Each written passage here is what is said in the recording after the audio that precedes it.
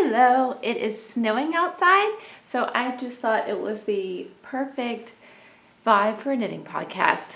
I wasn't planning on podcasting today, but the gorgeous snow was just calling to me for that. I hope you guys can see it. It's coming down out there, and it's so pretty. Last year we got like no snow, so this makes me very happy. Real quick, this is mainly a podcast today about my whips because I've had cast-on itis lately. But what I am wearing is the Cocoon cardigan by Creative Cables with this section here was added by me. It is a very cozy cardigan made out of Lion Brand's Fisherman's Wool. I hope that my lighting is okay in here. I know it's bright outside, but the snow was what made me want to podcast, so I wanted to show the snow.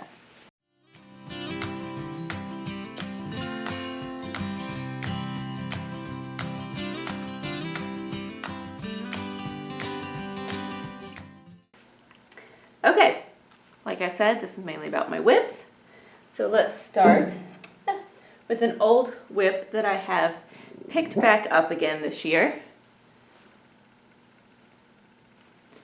I had put this down. It was on my plans to make for 2023, but I put it down in favor of other things. But now I picked it back up. This is sweater number 20 by My Favorite Things Knitwear. I think I made my ribbing too short on the body, and I did not do the Italian bind off. I think I'm gonna go back and make it longer.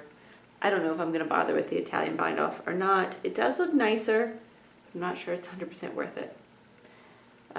Anyways, I think because this one takes so much brain energy to follow the cable pattern, it's just not one I pick up.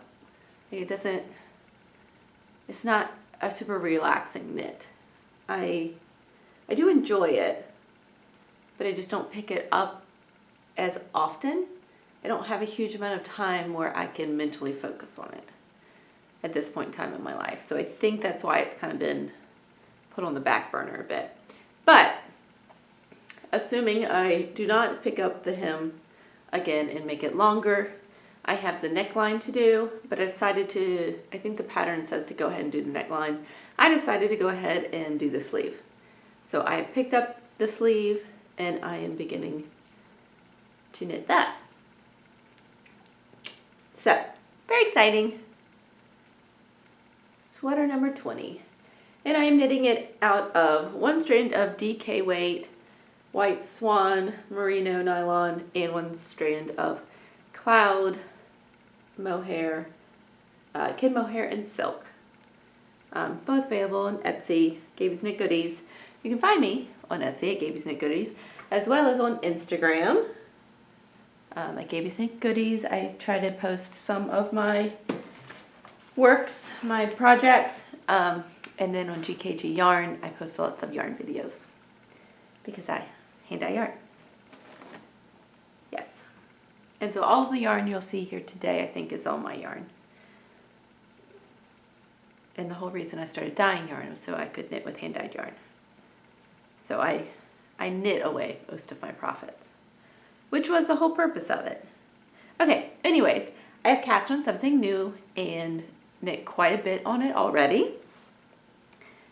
And it is something else with cables, but not nearly as many. My daughter wanted a cardigan, and she really wanted a cardigan with some cables. She also wanted it out of Caramel Macchiato colorway, which is a colorway with, it kind of reads neutral, but it has blues and reds and yellows and stuff in there as well, if you look closely. And this is called Viveca, Viveca, cardigan and vest. I think you have the two options when you buy it. And it is by Weststrand sisters, the Weststrand sisters. I am knitting the smallest size for her. She's 10 years old, and I'm knitting the smallest size for her, and I think it'll be fine. This is a little difficult to tell because you knit bottom up, start with that ribbing,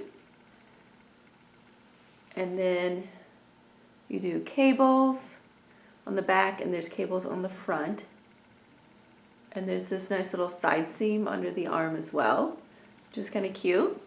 I wanted something with not too busy of cables because the yarn is all speckledy, and I didn't want to put a lot of effort into a busy cable pattern and then have the yarn muddle it.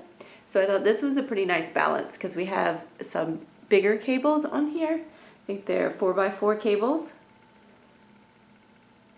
And then lots of reverse stockinette between them. So I think the cables show, but the yarn also shows. So it's a nice balance between those two. So like I said, you start at the bottom, you knit up, and then you split for your sleeves. And you knit the front right section, and you do decreases as you go. And then you knit, actually you don't really do, yes, you do decreases as you go. And then I think you do a few short rows. And then the back section, you start knitting that. You can see this underarm section here. You're supposed to put the things on waste yarn. I just left them on my needles, the ones I'm not working.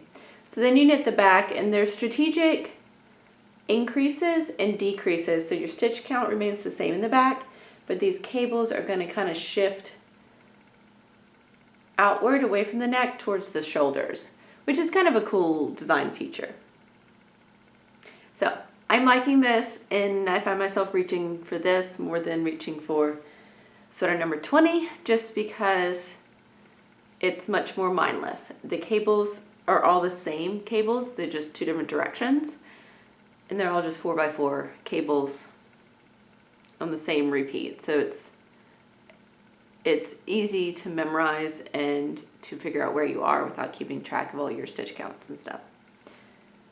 Okay, so this is my newest whip, and I think it's not going to take me too long to finish it unless I keep casting new things on. So speaking of casting more new things on, I have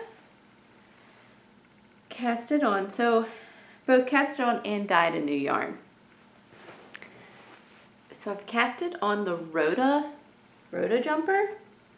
Let me see. Yes, Rota jumper. And it is by Irene Linn. Let's see. You can see that? Yeah, maybe I should show you guys a picture of the other one too. Let me do that real quick.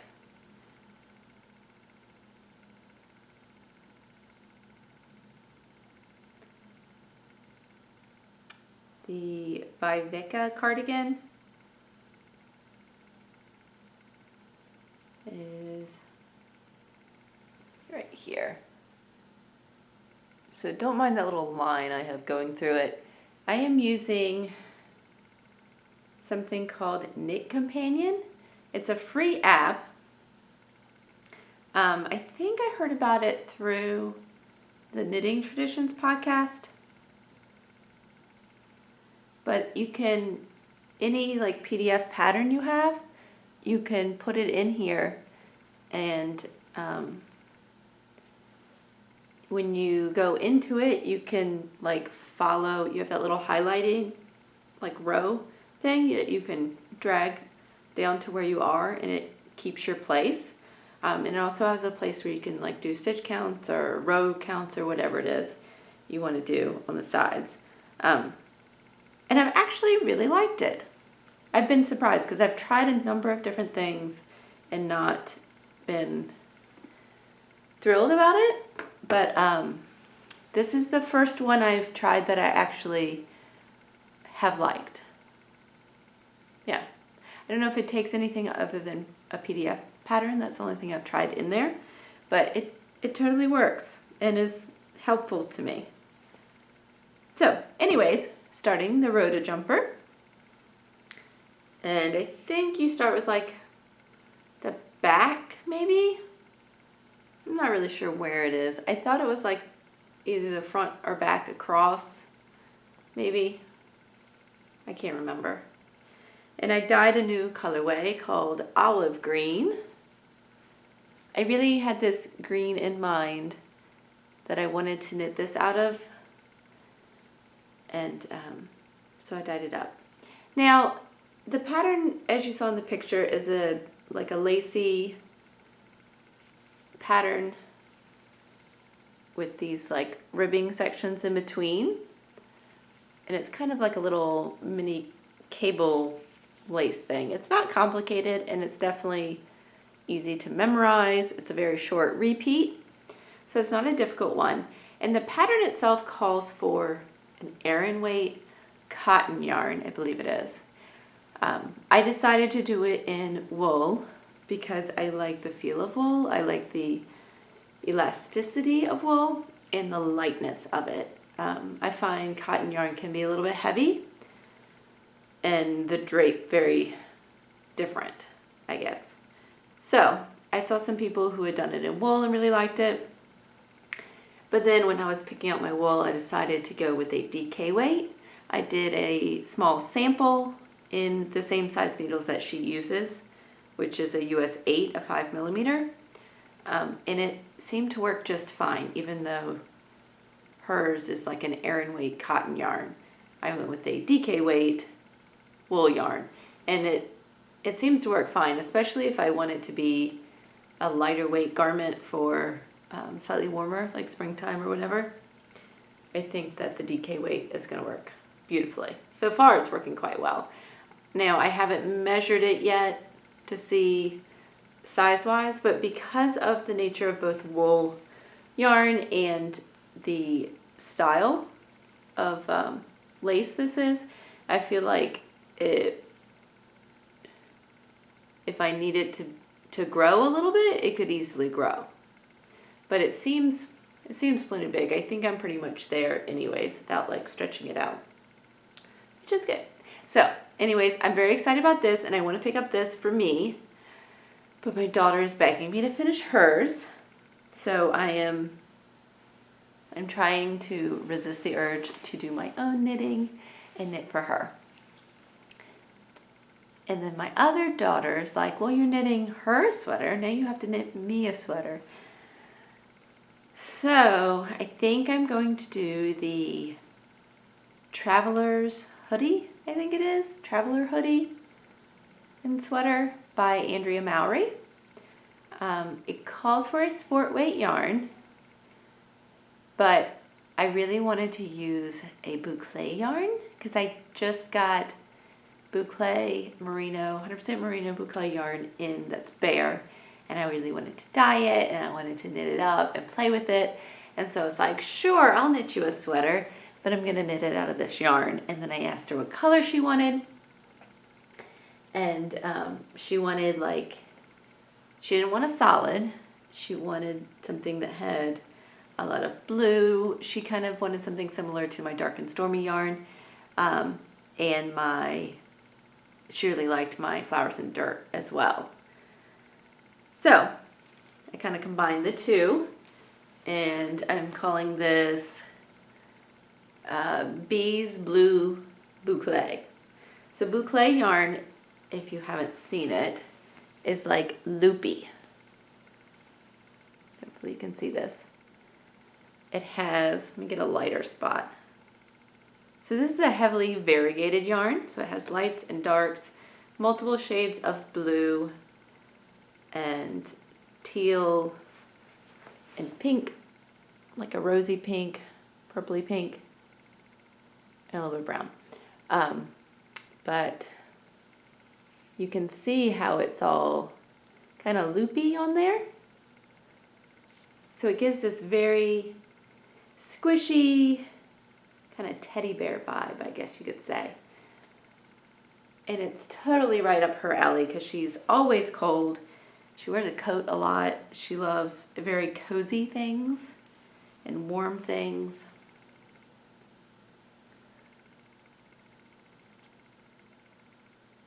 So I don't know how this is looking in this lighting, but she likes it. She likes the colorway, and she's excited for me to start knitting. So anyways, this is probably more of a DK weight yarn rather than a sport weight yarn, which the pattern, the Traveler's Hoodie pattern by Andrea Mallory, I think calls for a sport weight yarn. So I think I'm just gonna knit the smallest size and kind of either try it on her or hold it up to her. I have no idea even how it's knit, whether it's top down or bottom up. I think it's top down. And it has this cute hood that you can knit. So I think it would be really cute. So if I go with the smallest size, it's a hoodie, so it's okay if it's oversized. I can always shorten it lengthwise and shorten the arms lengthwise if need be. But if it's bigger than the smallest size widthwise, I don't think that's going to be a big deal. I haven't done a swatch. Maybe I'll do a swatch. Yeah, if it's really, maybe I'll do a swatch, and if it's really off, like by a lot, then maybe I will either adjust the pattern or find something else. But I really like the shape of the Traveler hoodie and the shape of the hood. It's cute. It's very cute. So we'll see. I'm itching to cast that on because I think it will be kind of a mindless knit because it's like a modified garter almost. I think it's knit in the round, and it has like a few rows of purl and then a few rows of like stockinette stitch, so it's like almost an exaggerated garter stitch all over the sweater. Yeah. So I feel like that would be just the perfect mindless knit to cast on. So I'm itching to cast that on too. Yes. And then the other pattern that I've seen lately that drew my eye is the was a hoarfrost sweater. That one's beautiful. I don't think I'm going to pull the trigger on that one though, because that one seems like a big endeavor. It's fingering weight and it's almost all over color work. By the time I get that done, it probably won't even be like wintertime anymore. So that is what is currently on my needles. In addition to that, I figure I will give you a small update on my yarn shop. I, of course, have this as a new yarn. It is not up in my shop yet, and I only ordered 10 of them as a bare yarn, so I could test out the boucle. I just like to say boucle. But I think that I'm going to use 4 or 5 for my daughter's sweater, and so I think the other 5 I'll put up in my shop as Bee's Blue Boucle. And then I will have extra as well of my olive green. It's kind of an army green colorway, and it is a tonal, so we have, like, you can see it, I don't know how well you can see it, but the darks and lights throughout, which I think gives it interest.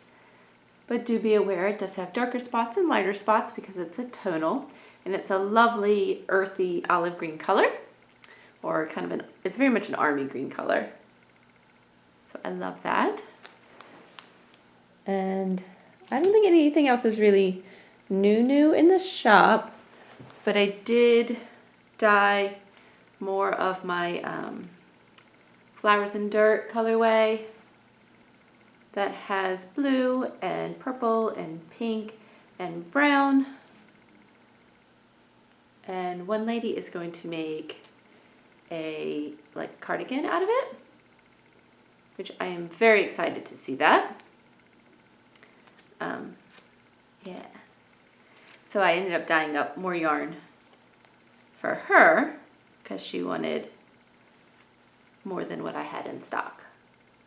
So now I went ahead and dyed 12 of them, so I think I have 10 left in the shop, currently anyways. And my Van Gogh got sold out, my Van Gogh Starry Night colorway, so hopefully sometime soon I will restock that in the shop. I did restock Monet Water Lilies. So I did dye up Monet Water Lilies and restock that in the shop, which it had been sold out for quite a while. So I was very happy to get that done. And it is a sock set. You have this nice boysenberry that's a deep plummy color. And then with that is all over high and low blue tones with plum tones and green. So it's inspired by Monet's Water Lilies painting, which is beautiful. So yeah, that with the lovely purple. And that's restocked in the shop. So I have been doing some dyeing, but I just don't have nearly as much time as I would like. So anyways, I hope you guys are enjoying snow, if you're in a location that gets snow and if you like it, and maybe a hot drink and some knitting or crochet, and I will see you guys later.